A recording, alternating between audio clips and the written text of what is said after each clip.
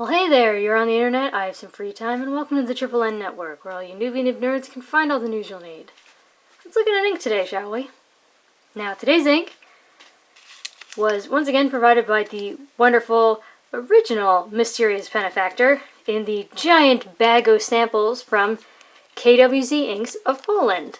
Now, after I posted a video opening this giant sack of ink samples, I got a message from the K of K.W.Z inks, who, of course, I'm forgetting what the name is as soon as I press record, because that's what happens. He sent me a message saying that certain inks will lose the intensity of their color change the longer I went without testing them. So and he named a few, and this was one of the ones that he named, so I got right on it. And I've actually included some videos of the color changing in between the tests. I will try and remember to leave space for them. I'm not always successful about that. However, the reason why he told me this is because it's an Iron-Gall ink. These they change color as they mature. Now, if you would like to know more about Iron-Gall inks, look for my review of K.W.Z Iron-Gall. Oh my god, I'm blanking. This is embarrassing. Name to appear here. Yes, and if you would like to learn more about Iron-Galls and how they work, I will leave a link in the description down below. That video is much more informative, and in the description for that video, I also include links to more educational videos. Brief ones, but anyways. So yes, this is Iron-Gall Mandarin. Now, oddly, unlike Iron-Gall Orange, this one actually stays orange. Iron-Gall Orange really just turned brown. But, yeah, so let's get to it. Now, because it's an Iron-Gall ink and it was, new to me, I wasn't personally familiar with it, I intentionally chose two pens that were very easy to pull apart to clean if I needed to. And also inexpensive, because worst case scenario, I wouldn't cry over losing them. It would just really suck. Now, this is a JinHao X450, and I love my X450 because they tend to be pretty broad and pretty wet, and this one is. And I also use this Pilot Metropolitan with a fine nib. The thing is, I'm still learning how to use this pen because it is so fine, it's like trying to write with a razor blade. So I might have scratched through the paper once or twice during these tests. So yeah. Now, I wanted to see if I could find some comparable inks. Let's see how I did. Now, here's Iron-Gall Mandarin, and here's K.W.Z's Cappuccino. Which you can see is actually fairly similar, if maybe a little bit darker, a little more brown. Noodler's Kiowa Pecan, which is maybe a little bit more golden and a little bit more brown. JinHao X450, which again might be a little more golden, a little more brown. This one also has undertones of green. And Private Reserve Sepia, which this one definitely has a little bit more green in it, but I don't know, through here and there, that... I don't know. But yeah, so there are your comparables. Now, let's check out the chromatography, and I will attempt to explain this as best as I can. You can definitely see where that initial drop was put, and this is how you're supposed to do chromatography, where you put the drop of, the line of ink and then instantly dunk it in the water. And you can see where that was. You can see the, sort of that gray line, and then there's some orange going up, sort of a greenish orange. And then it's bright orange, and then I don't know if the camera will pick this up, but you see that faint line right there? Right above where the orange stops? Now, Iron-Gall ink is iron, and gallic acid is what's at the base of it. Iron plus oxygen, and yes, there's a lot of oxygen in water, causes rust. And so, just watch the video that I put the linky to down below. But anyway, so I think what this is just a little bit of that rust from, or sorry, I should say iron from down below, getting picked up and going all the way to the top, because that little bit of thing right there is actually the last to appear. It doesn't show up until it's pretty dry. Now, the thing is, Iron-Gall inks are known for being waterproof, and a lot of times something that's waterproof, it shows up in the chromatography. So here's where I let it dry. And you can definitely see a difference. You see how that dot is much, much darker? There's less of a haziness going up, and the color of the orange is sort of just pops a little bit more, and this line up here is a little less distinctive. Now, the thing is, this still wasn't much of a change, so I thought I'd see what the difference was if I let it dry for 24 hours. And actually, the camera's not showing it as accurately, but this is much darker. This is like a steely gray. It's much less haze, and then the color is very, it's much more just orange. So that's nice. But we still get the vaguest little hint of that stuff up at the top. Now, I wanted to see what this paper could sort of hold up against.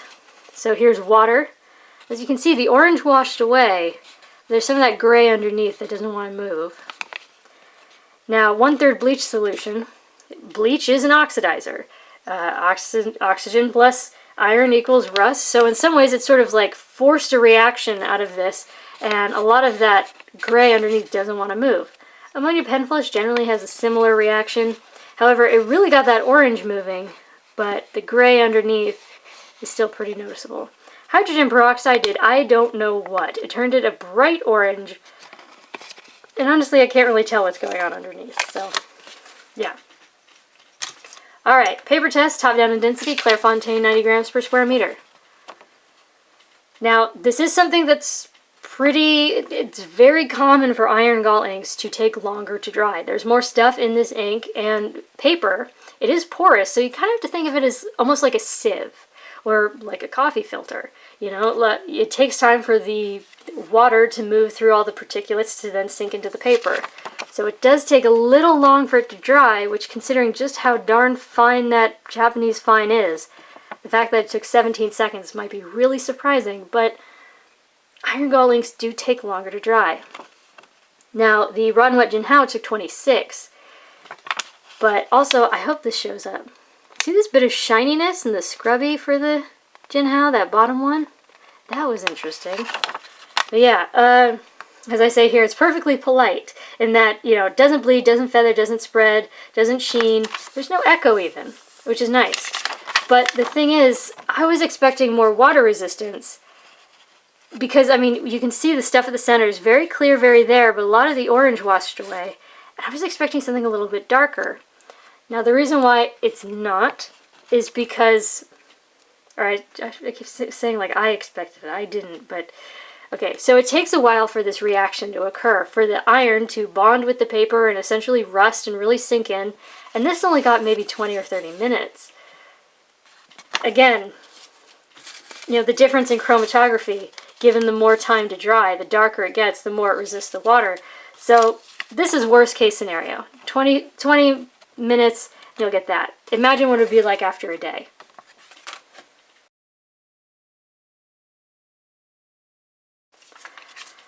Now, next up is Fabriano Eco Qua.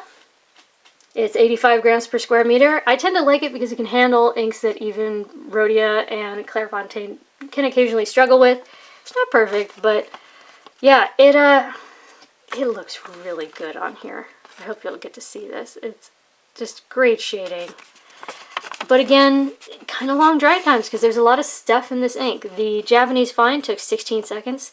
The Raw and Wet JinHao took 25, but again, we're getting a little bit of this shininess through here.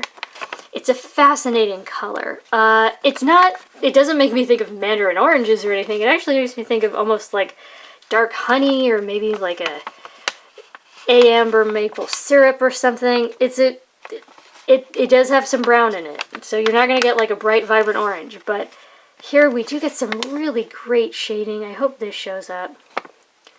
But yeah, no bleed, no feather, no spread, no echo. I don't think there's any echo. There might be a little in the scrubby, but I feel like that's more me causing that. You know, you wouldn't naturally just go like that. You know, whatever. Moving on. Again, this only had 20 minutes to set, which is really not much for an Iron-Gall, so let's just consider this worst case scenario. But again, what's at the center is fairly clear, fairly there. It did dye the page. That orange does wash off and make a bit of a mess. Now, next up is Rhodia, 80 grams per square meter. I scratched through the page. You might be able to tell in that bottom scrubby, you see how that one little bit is just really dark? Somehow I managed to scratch through the page. I don't know how I did it, because that's actually with the JinHao. So, I don't know, maybe I was just kind of a spaz that day. Yeah, the Japanese fine took 14 seconds to dry. The brown and white JinHao took 23, but also look at that smear. That really tells you how much ink was coming out of this, because, wow. We do get great shading. Here we don't really have any more of that shine. The shine is gone. But it's really a nice kind of color. It's like a dark honey. I don't know. It's really interesting. But yeah, there's no bleed, no feather, no spread, no echo, no sheen. Or at least no bleed when you're not being an idiot. Which, hopefully, most of you are not idiots, like I am, 8 days of the week. Anyways, water test.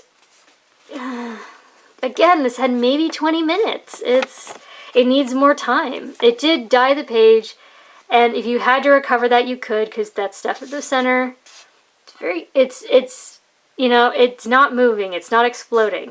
I think if you gave it a day, the results would be vastly different.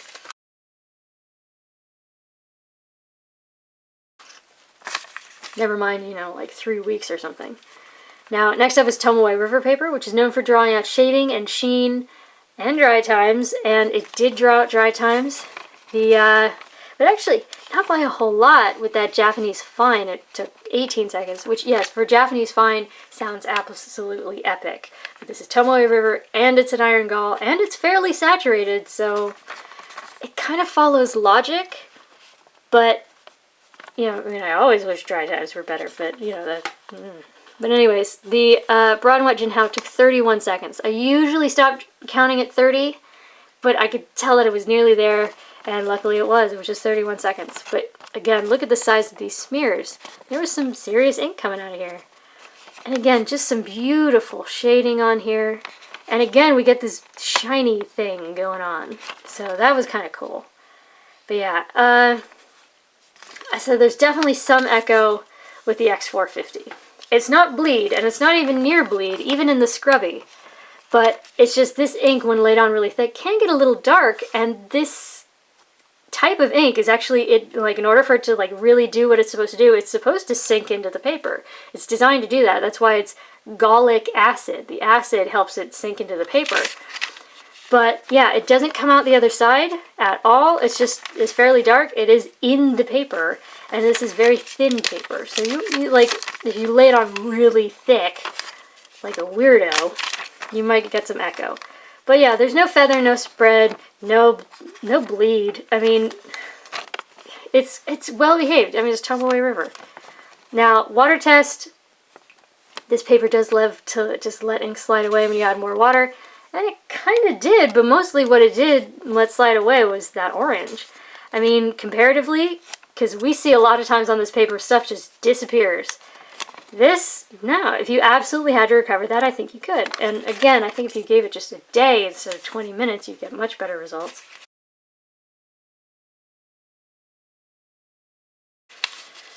Now, for the next 3 tests, I only use the Japanese fine, except to write the name. Now this is the world's worst 20-pound copier paper. And let's just look at the difference in line width here. Look at how, like, razor fine that is.